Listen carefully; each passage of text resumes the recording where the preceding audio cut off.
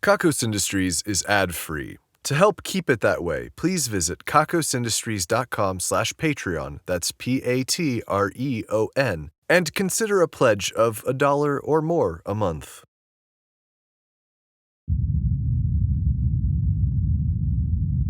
What you are about to hear is the sands of time falling through the hourglass.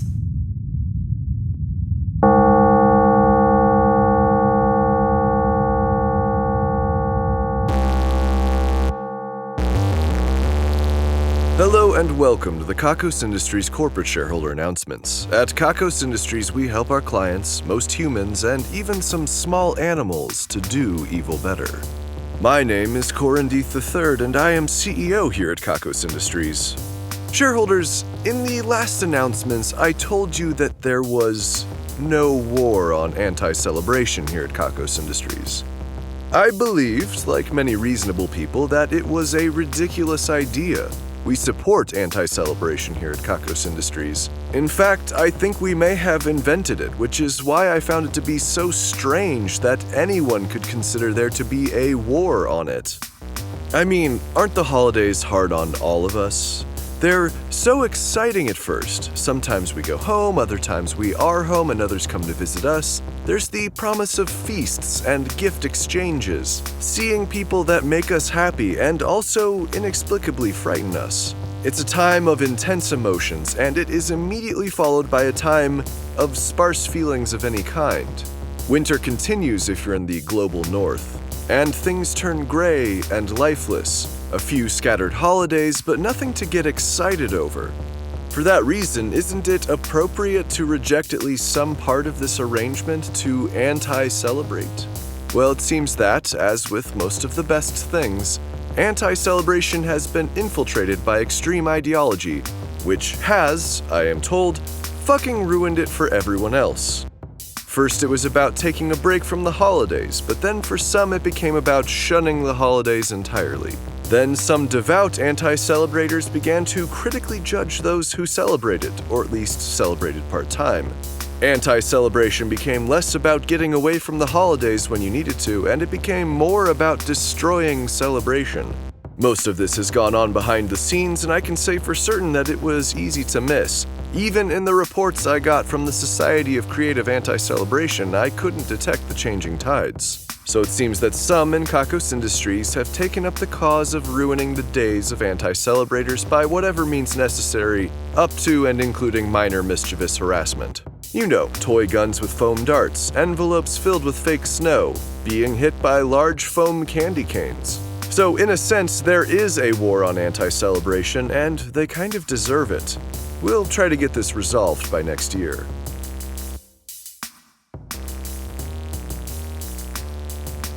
Today's broadcast is coming to you from a firework that was launched through your incoming projectiles window or another window, and it is now threatening to detonate at any moment. Sparks are flying from it, and also the sounds of this broadcast.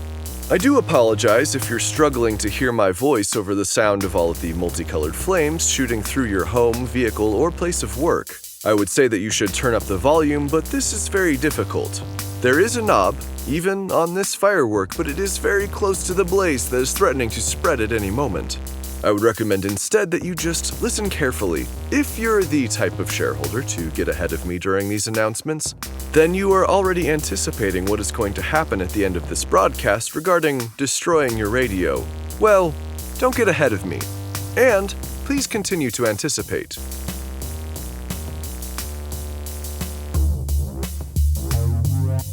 Kakos Industries recently celebrated its first Nestival. You know, a Nest Festival. It was voted on, beating out the Chestival and the Questival as well as many others because deep down, I don't think you shareholders are fully over the fact that adults can't build pillow forts. So a Nestival we had. When you shareholders arrived, there were only ingredients in the basement ballroom. Folded blankets, couch cushions, pillows, sofas, and love seats.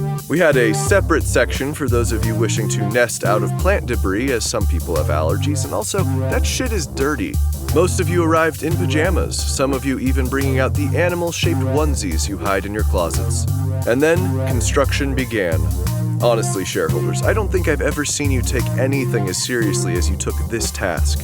I'm a little disappointed in that fact, but not really surprised. After a few hours, multi-story structures were engineered and constructed, allowing all of you to find the perfect level of comfort in your chosen lounging position. And because we love you at Kakos Industries, we turned on the basement ballroom ceiling monitors, which are hooked up to all of the streaming services. You got to build your nests, you got to lounge, you got to binge, and then some of you ended up laying actual eggs. It was an experiment, nothing to be worried about, as usual. At Kakos Industries, worrying only prolongs your suffering. We also recently had Yule. Longtime shareholders will remember that we at Kakos Industries have 3 monsters under our control, sort of, that we call the Kakokrampi. They are Krampus monsters, genetically engineered to embody the traits of those Germanic monsters of old. Anyway, this year we sought to keep them busy by engineering a bunch more of them so that they could go start a village and not come to our party. But that does not mean that I did not run into trouble. As you probably know, at Yule I am also a Krampus monster. It is my responsibility for some reason to dress up and to bend some of you over my lap and strike you with a bundle of sticks to punish you for your misdeeds. This is totally optional, and I would rather that no one did it, but some of you insist every damn year. So, dressed as a Krampus, the other Krampus monsters have given me trouble in the past. This year, however, I was hassled instead by my own support staff. The Tabithas, the 2 that don't actually do work but are instead just waiting for me to exercise my power and asking for sex that they have told me in no uncertain terms is ready and willing whenever I wish, were also dressed as Kakokrampi. Sexy Kakokrampi. As I've complained in the past, their physical appeal to me has never been an issue. I'm mostly not into the power dynamic they expect me to take advantage of. But they've come up with more and more interesting ways to proposition me. I really have to give them credit for this one. Not only does it remind me of a somewhat traumatic experience in a humorous way, it was also well executed. Do I have a weakness for a strong sense of humor? Perhaps. I was not expecting them to change to the tactic of basic human friendship. This may truly be my weakness. Until Tabitha grabbed me by my forearm, looked me square in the eyes, and said, "I climaxed this week by bumping into the corner of my desk the wrong way. Please help me." I pointed out several of the thirstiest, handsomest partners she could hope for from our ranks. She shook her head and stormed off. Let it never be said that Kakos Industries employees are not up for a big challenge. Shareholders, we are now preparing for the Festival of Genes Mark II. We're coming up with some fun new combinations of genetics that you can expect to work into your own code soon. Our geneticists have been asking themselves, why don't humans have trunks? Why don't humans have tails that can be detached in dangerous situations? Why don't humans hunt at night with their amazing claws? Why don't humans have physical proportions that simultaneously scare and arouse us? Those questions will be answered empirically soon enough. Come on down, get mixed up. It'll be fun. Coming up, we have the Festival of Darkness. To prepare, we've been turning off all of the power in Kakos Industries periodically, immersing all of our employees in darkness, and occasionally fucking up their work if they're not being vigilant with their saving habits. The cult of Oh-Ah has taken to their new leader, Kim's, without too much friction. The O faction have decided it is better to unify under her leadership than to continue their struggle for dominance. They decided that the spirit of Baziz's Ah must have moved on to everyone in the group and not just the last person to experience its attachments. I have seen Kim's recently. Oddly, she still doesn't seem happy. I mean, she never did before, not even before she and Maggie broke up. But there's just something in her eyes now that is resigned to this feeling. I commend her on taking on the responsibility. She needed something to do. She could have gone back to work, but we also could have stopped giving her paychecks for doing nothing. Sometimes entertainment is costly, but worth every penny. Shareholders, I have news regarding the Division of Fiery Horror. They write,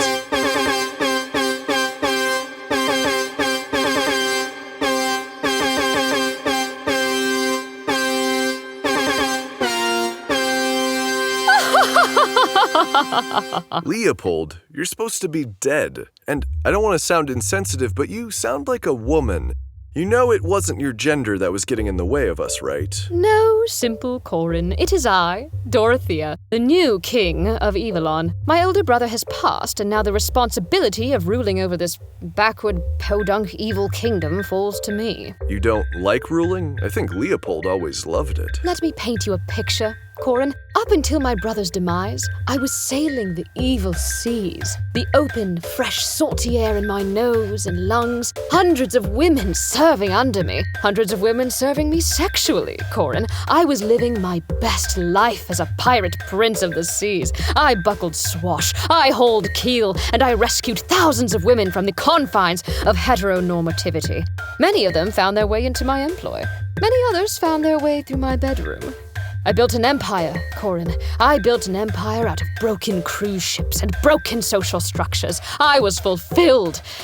And now I'm back in the landlocked plot of dirt my ancestors have somehow maintained control over all these years. I had to sail my flagship up a river through Cassyvulvania and through the disputed territory of Liberivalandia to arrive in my home country because domestic matters needed my attention. You have no idea how happy I was to let Leopold take care of all this. You have no idea how happy I was to be the prodigal daughter all these years. I was a pirate king. Now, I'm just a king. And it blows. That sounds kind of awful. There's also a lot to unpack there. These women that you liberated, are you certain that they wanted to be liberated from heteronormativity? Don't lecture me on women's sexuality, Corin. Once they saw my ship and crew and the lives they could be living, some of them were jumping overboard to get a chance to join us.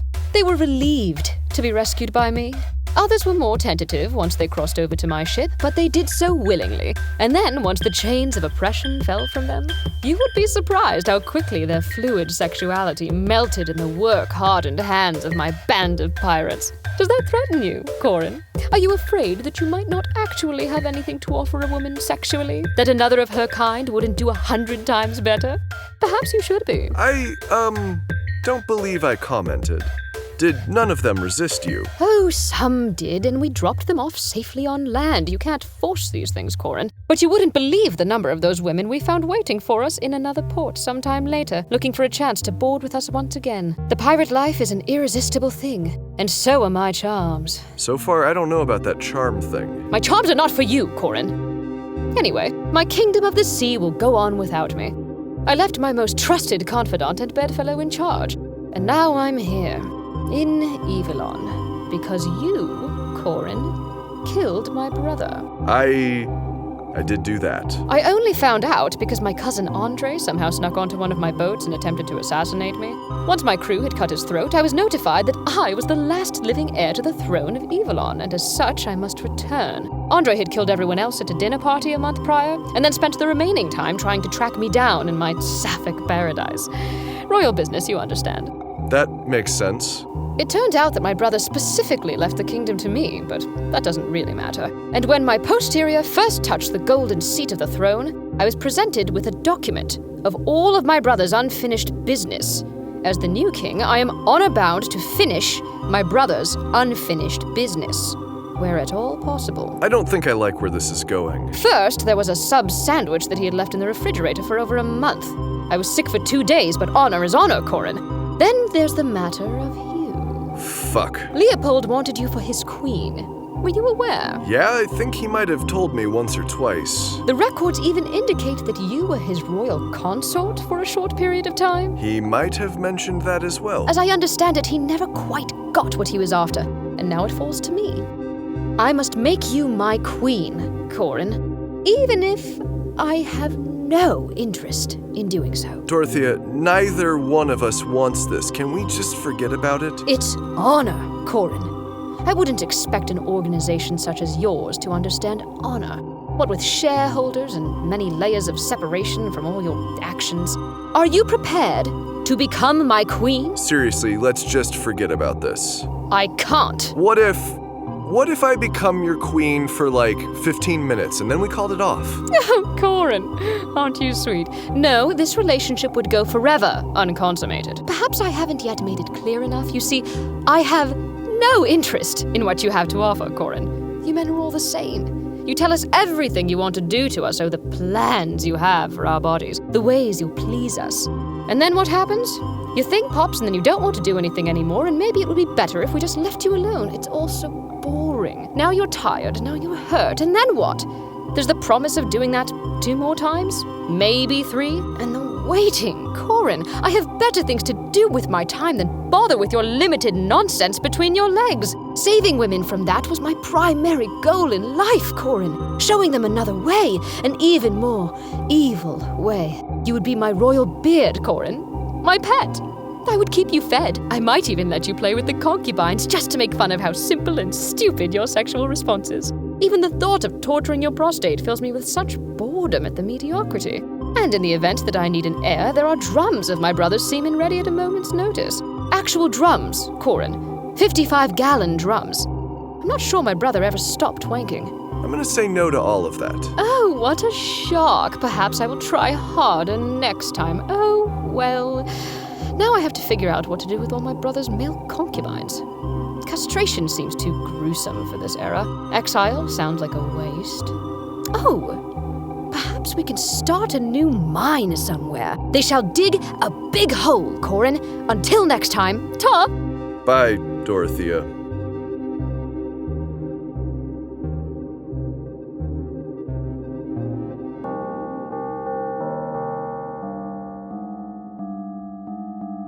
The other day, Jasmine Ashna walked into my office dressed normally, then into my private bathroom, and then emerged in what I'm assuming is a bathing suit you buy at a sex shop. She had several pieces of paper folded together tucked into the strap of her bikini bottom. She moved closer and closer to me until I took the papers from her.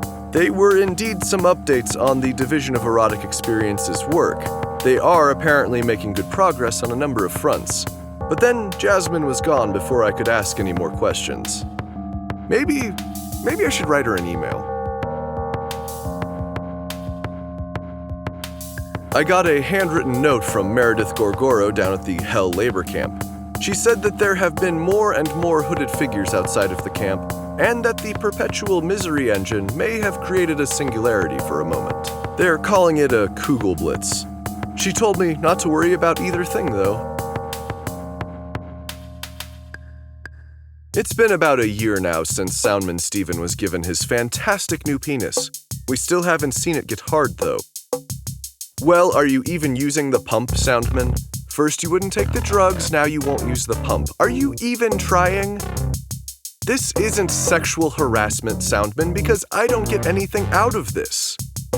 Your erection was a mascot. We need that beautiful cock standing at attention again.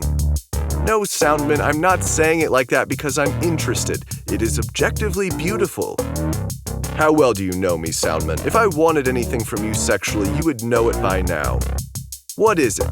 Did you get a new hobby and not tell me? Is sound not your only love? Are you cheating on sound with another hobby? We'll get to the bottom of this.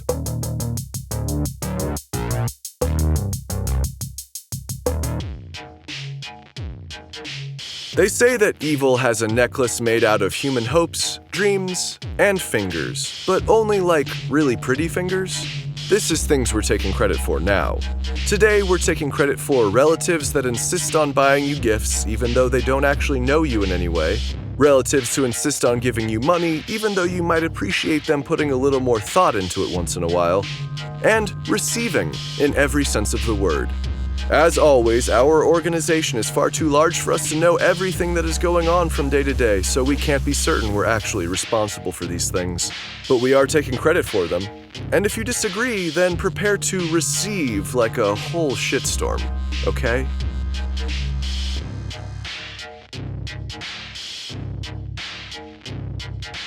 Brit Brit Britney Brit has won the Ruin a Life drawing. As a result, the life of Brit Brit Britney Brit's nemesis will be ruined. Brit has selected Pavanisa Gizagooch.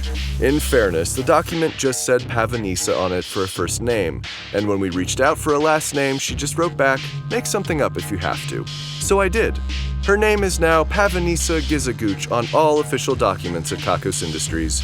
We spun the wheel of misery, and after putting up a fight and spitting on a number of its technicians, it landed on the space for positive. From this day forward, Pavanisa Gizagooch will be 30% more positive. Yuck. I think that is the worst one yet. Positivity? Are you fucking with me? Nasty. I think we can see where this is going to severely hamper Ms. Gizagooch in the future. For good measure, Brit Brit Britney Brit will be 5% more positive, which for someone with so many Brits in her name might push her over the edge into unrelenting positivity. Congratulations on the win and best of luck.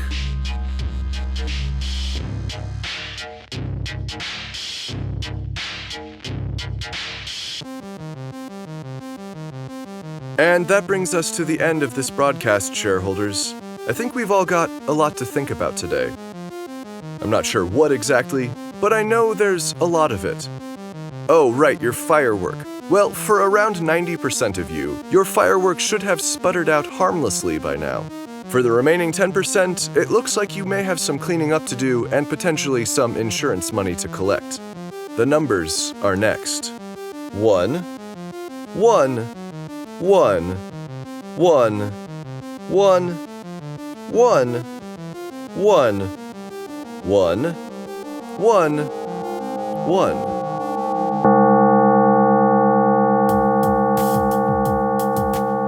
Kakos Industries is written and produced by Conrad Mishuk, who is also the voice of Corin Deeth. The music is also composed by Conrad Mishuk. The introduction is read by Kim Aiello, and the credits are read by Hannah Jones, who is currently making macaroni pictures. Special guest appearance in this episode by Kristen DiMercurio. You can follow her on Twitter at KDimerc, that's KDIMERC, or check out her website, KristenDiMercurio.com, where you can also hear snippets of all the other podcasts she has weaseled her way into. Check out KakosIndustries.com for more episodes. There's also transcriptions if you'd like to read along with the Kakos Industries announcements. That's KAKOSINDUSTRIES.com. Please check out store.kakosindustries.com for merchandise and special offers. And become a patron at kakosindustries.com/Patreon. Questions, comments, or a strong desire to collaborate?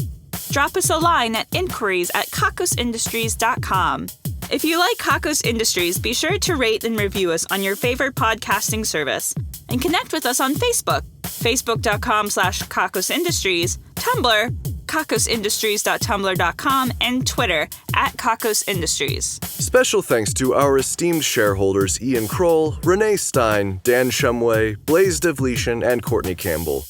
Also thanks to our honored employees Katiana Greer, who may have ruined her eyesight decoding all of those magic eye puzzles for us, and Valerie Cope, who wrote the chorus to our next infectiously catchy pop song.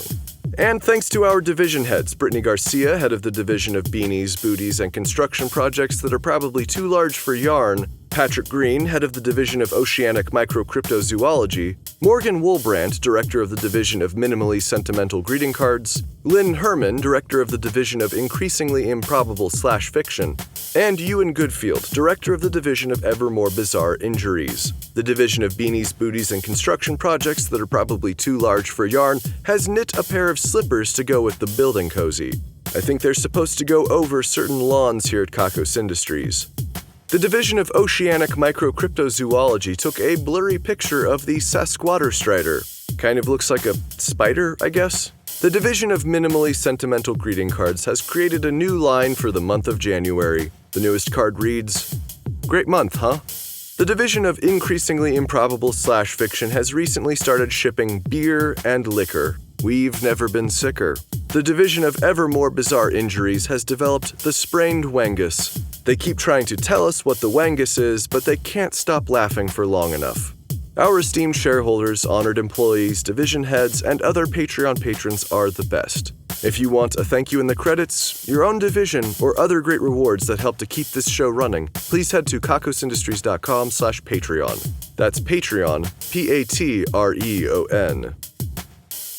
If you're feeling down after this broadcast, have you considered getting your ham radio license?